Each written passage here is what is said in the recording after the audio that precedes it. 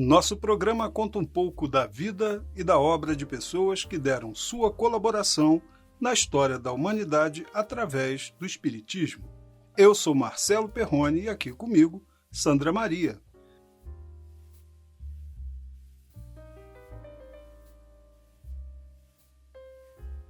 O programa de hoje é dedicado a Adelaide Câmara, figura de grande destaque no movimento espírita brasileiro. Adelaide Augusta Câmara foi uma das mais devotadas figuras femininas do espiritismo no Brasil, bem conhecida pelo seu pseudônimo de Aura Celeste. Nasceu na cidade de Natal, estado do Rio Grande do Norte, em 11 de janeiro de 1874, e desencarnou na cidade do Rio de Janeiro em 24 de outubro de 1944.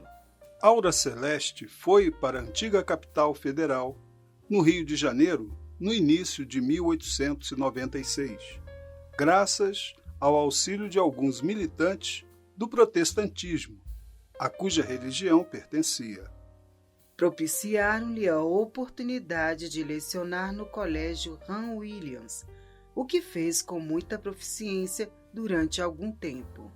Até que organizou, em sua própria residência, um curso primário, onde muitos homens ilustres do meio político e social brasileiro aprenderam com ela as primeiras letras. Foi nesse período de sua vida, no ano de 1898, que começou a sentir as primeiras manifestações de suas faculdades mediúnicas. Nessa época, o grande Bezerra de Menezes dirigia os destinos da Federação Espírita Brasileira e o espiritismo era o assunto de todas as conversas, não só pelos fenômenos e curas mediúnicas, como pela propaganda falada, pelos livros e pela imprensa. Sob a sábia orientação de Bezerra de Menezes, começou a sua notável carreira mediúnica como psicógrafa no Centro Espírita Ismael.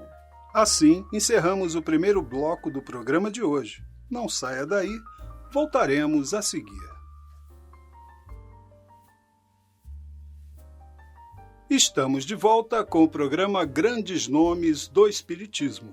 Hoje apresentamos um pouco da vida de Adelaide Câmara, figura de grande destaque no movimento espírita brasileiro. Bezerra de Menezes, o grande apóstolo do espiritismo brasileiro, pela sua conhecida clarividência, prognosticou certa vez que Adelaide Câmara, com as prodigiosas faculdades de que era dotada, um dia assombraria crentes e descrentes. E essa profecia de Bezerra não se fez esperar, pois em breve Adelaide Câmara, como médium auditiva, começou a trabalhar na propagação da doutrina, fazendo conferências e receitando, com tal acerto e exatidão que o seu nome se irradiou por todo o país.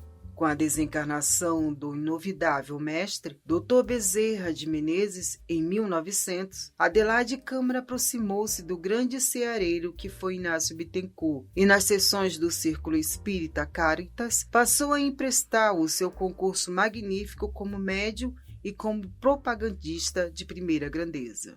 Contraindo núpcias em 1906, os afazeres do lar e a educação dos filhos mais tarde obrigaram-na a afastar-se da propaganda ativa nos centros, mas nem por isso ficou inativa. Nas horas de lazer, entrava em confabulação com os guias espirituais e pôde receber e produzir páginas admiráveis que foram dadas à publicidade na obra do Além, em 21 fascículos e no livro Orvalho do Céu.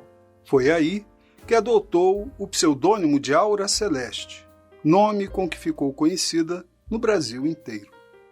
Em 1920, Adelaide Câmara retorna à tribuna e aos trabalhos mediúnicos com tal vigor e entusiasmo que o seu organismo de compleição franzina ressentiu-se em pouco, mas nem por isso deixou ela de cumprir com os seus deveres. O doutor Joaquim Murtinho era o médico espiritual que, por seu intermédio, começou a trabalhar na cura dos enfermos e necessitados, diagnosticando e curando a todos quantos lhe batiam à porta.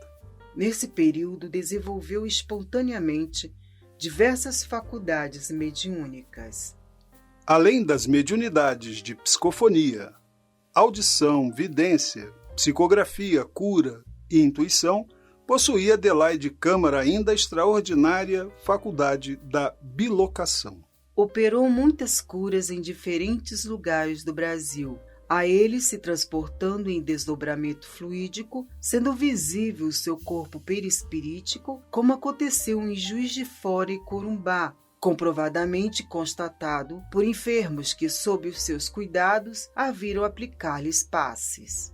Fechamos assim o segundo bloco do programa, hoje dedicado a Adelaide Câmara.